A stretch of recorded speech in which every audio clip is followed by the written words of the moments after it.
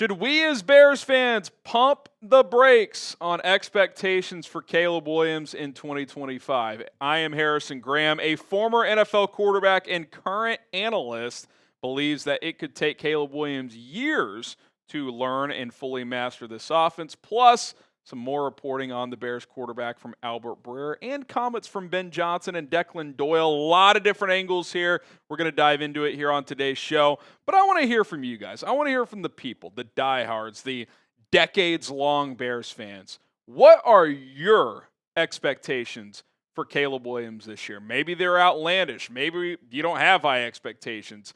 That's totally up to you. Fair or not, what are your expectations for Caleb this year? Go ahead and light up the comment section.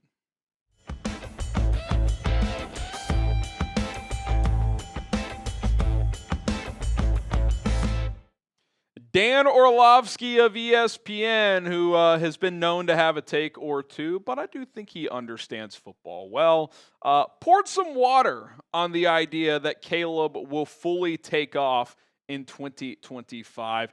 A lot of quotes on today's show that we're going to react to, so let's go ahead and get into it here. Here's what Dan had to say. He said, getting off the first progression and moving on, building in that timing, building in that rhythm, and then the placement of the throw. Again, being elite while you're playing within the rhythm of the pass game, that's the hiccup that's always been Caleb's. Back at OU, then to USC, then to his rookie year. Of course, it's fixable. But Chicago fans, it's not going to happen in September. He has to erase a decade worth of playing a certain style of football and rebuild the habits. It's going to take, candidly, years. Let's add some context because there was further conversation, and the way I took this was not that it's going to take years for Caleb Williams to be a good NFL quarterback, but Dan's take is that it will probably take years, plural, for him to master a Ben Johnson type offense, which he is building around Caleb. It's not going to look exactly the same with Detroit, but the parts of the offense that are based on timing, throwing with anticipation, getting through multiple reads, which Caleb did at times last year, by the way, on multiple touchdown passes. But I think Dan is saying, listen, if you think by week 1 or week 2, Caleb is just going to be sitting in the pocket exclusively and dicing teams up, getting to second, third progressions consistently and throwing on time and on target, rep after rep after rep, that's probably unrealistic. And you know what? He's probably right. That was not Caleb Williams' game coming out of college. Doesn't mean he never did it at all. He has plenty of throws on his tape from college and from last year with the Bears where he did throw into tight windows on time, accurately with anticipation. But it's not like he's Tua. Now, the difference is Tua has to do that because he doesn't have the physical talents Caleb does. He can't afford to throw into tight windows very often because Tua kind of throws ducks.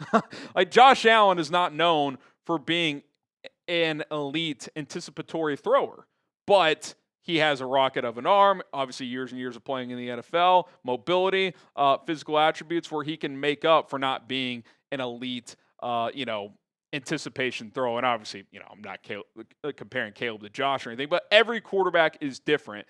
But I think you can also expect, though, just because, he may not master being a true elite pocket quarterback, that doesn't mean we shouldn't have expectations of a notable uptick in production and just overall play from Caleb heading from year 1 to year 2.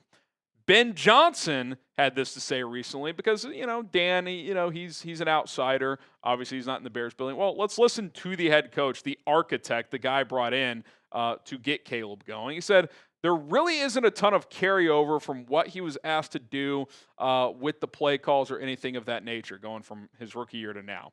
He's always been very comfortable as a shotgun quarterback. He's very comfortable with tempo-type plays. So now we're asking him to be a little bit more structured.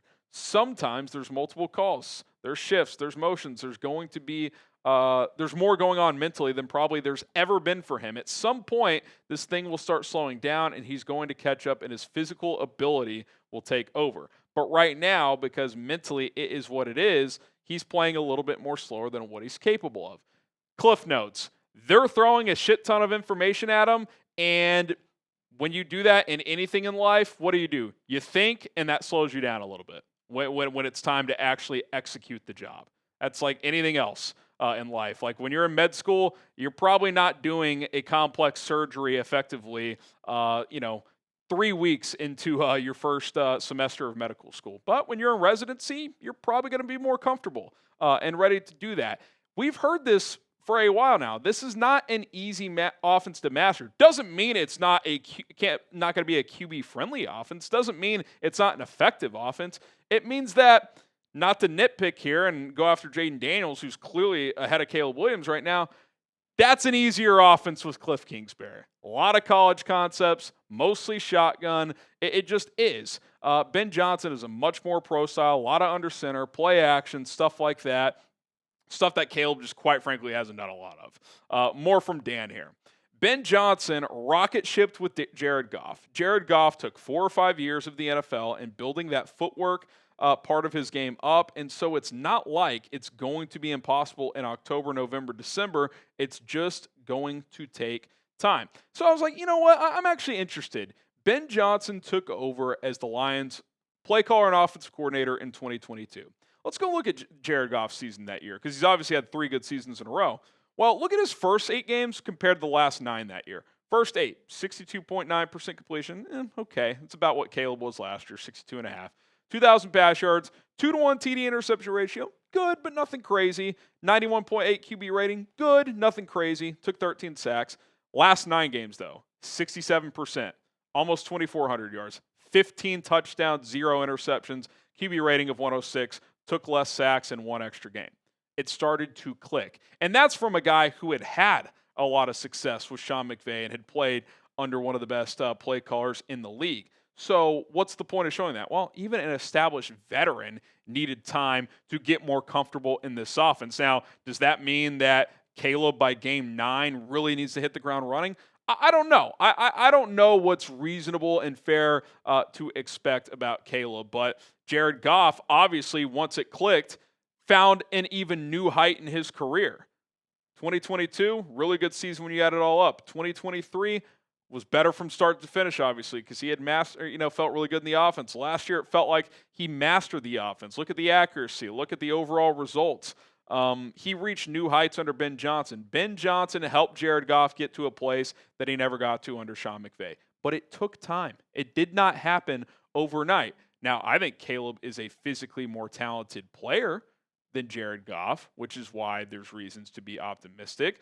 He adds a mobile component that Jared Goff did not add as well. And I'll admit, when I hear all this stuff, especially from the head coach of the team, who knows a hell of a lot more about his quarterback than I do, it makes it tough. It makes it tough for me to analyze, for fans to analyze, because we always want to put a timetable on things. At what point do we need to see clear, good results? You'd like to see it right away. That may not be realistic. That may not be fair, because Ben Johnson said himself, yeah, not a lot to carry over from last year.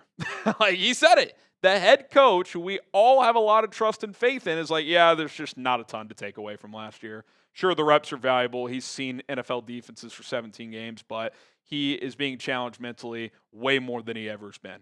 So it's a challenge for me to balance short-term versus long-term. I'm going to do my best to be fair, yet critical, because, listen, you're the number 1 pick. It's year 2. It still needs to be better than last year. But if you're expecting a top 5 quarterback in the league, you're probably going to be punting on Caleb Williams then, because I don't know if by the end of this season we're going to be like, yeah, he's a top 5 guy in the league. I've said it. If he's a top 12 guy by the end of this season, I think it's like, okay, you're in a good direction. Top 10, you're thrilled. Even top 15 or 16, though, it's like, okay, that's clear progress from where he was from his rookie year, especially if, like, from week 1 to week 18, it's like, okay, he clearly got a lot better throughout the season. So I think it's just one of those things. We'll kind of know it as it goes. We'll know it when we see it. We'll see if there's clear growth or not, whereas it was kind of just a choppy roller coaster as in his rookie year. This year, I think we'll know by week 18, okay, was this clearly better than how it felt in weeks 1, 2, 3, September? If the answer is yes, then I think we're heading in the right direction. This is why you subscribe to the channel. I'm going to give you my fair and honest Bears opinions on a daily basis. May not always be right, but I'm going to tell you what I'm feeling in the moment. Hit that subscribe button, turn on notifications, and never miss out. More to break down when it comes to Caleb Williams. A lot of angles here today, but get yourself a cutoff hoodie right now at chatsports.com/Bears hoodie. 40% off. These were $55. Now they are $33. Pick one up today, chatsports.com/Bears hoodie. Okay, more on the Bears approach with Caleb Williams. Albert Breer was at Bears training camp last week, got a lot of information in terms of how the Bears are attacking this thing with Caleb and his development. Here's what he had to say. The idea was to have him drinking from a fire hose in the spring, keep the load on him to start camp, and then begin to narrow the offense down to what Johnson, offensive coordinator Declan Doyle, and the staff thinks he does best. Getting there is just a process. And I like that approach. Starting in OTAs, hell, before that, just with early conceptual stuff before they meet in official team capacity. Throw the kitchen sink at them.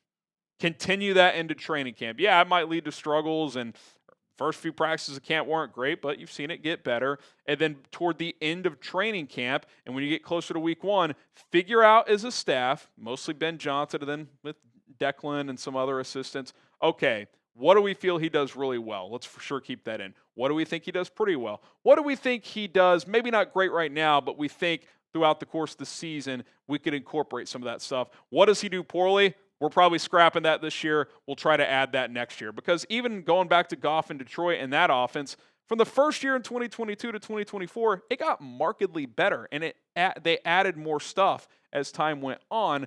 I think they view this as like, hey, we all want to win games right now, short term, and we're going to try to do that by dumbing it down. But we're also thinking big year, like how does this look good for the next 5 to 10 years as well? Take what you can do well now, but still store some of that other stuff for later in the season, in the future, stuff to add to this offense. I think some notable dates to keep an eye on here. Obviously, you got the preseason games, the final camp practice in there on August 20th as we approach the month of August here. Then obviously the opener against Minnesota on September 8th. This is just a guess in terms of what their timeline and potential plan is.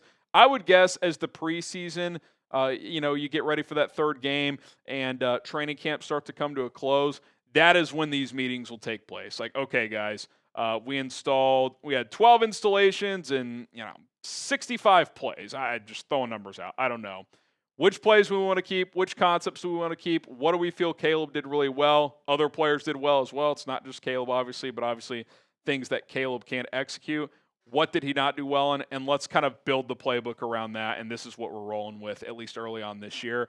I think that, kind of 10 days left in August on into September is when you kind of narrow that down, because you get into that last week in August, you're game prepping for Minnesota. And then part of that discussion as well, based on the playbook you've kind of built for this year, is, okay, what in this playbook do we feel can we exploit in Brian Flores' defense in week one, and then Detroit's defense in week two, and so on and so forth. So I think that's kind of what you're looking at, and I think that's a good plan. And as years go on, if Caleb is the guy, you can add more and more to his play, because anything else, the more you do it, the more you can absorb.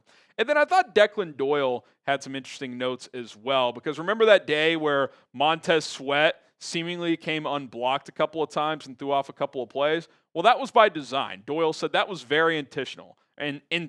That's trying to get our defensive pressures in against some of the stuff that we're trying to do offensively. We have contingency plans for what they are going to bring at us. So the quarterback operating, getting the offense on the same page as far as checking plays, checking protections, things like that. But that's all a part of the scripted practice, is trying to get the defense right with their pressure patterns and the way they're going to play coverage on the back end. And then it's getting our quarterbacks used to whether we're throwing the ball or up front handling the movement with those run schemes. So basically it's like, hey, let's make it even harder on Caleb. Not only are we throwing all these concepts at him, we're going to have a free rusher come here. Let's see how he handles that.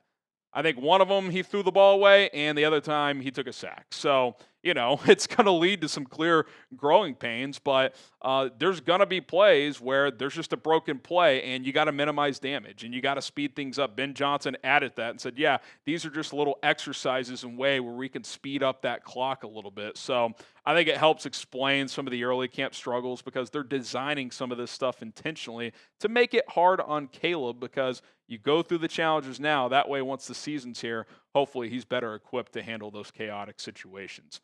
All right, fill in the blank. Caleb Williams will finish 2025 as a top blank NFL quarterback. At the end of the season, where is he in the pecking order? Is he top 10, top 15, 20? Is he outside the top 20? I would say he enters this year 21 to 25, somewhere in that range. Get me into the top 15 at least. Like that is what I want. Like, I think that's a fair expectation. If he's top half the league, that's good. If he's top 12, you're feeling really good. If he's top 10, I think you're thrilled. Like, I think those are kind of some benchmarks to look at. Top half, top 12, top 10. Those are all passable. Then obviously to really good when you get to top 10. If he's somewhere in the 18 to 20s range, that's probably not going to be a great spot heading into a pivotal 2026. All right, that's going to do it for this episode of Chicago Bears Now. Obviously, the focus is and will continue to be on number 18. We'll continue to break things down as they go throughout training camp. My name is Harrison Graham. Hit that subscribe button. Follow me on social media. See you guys soon.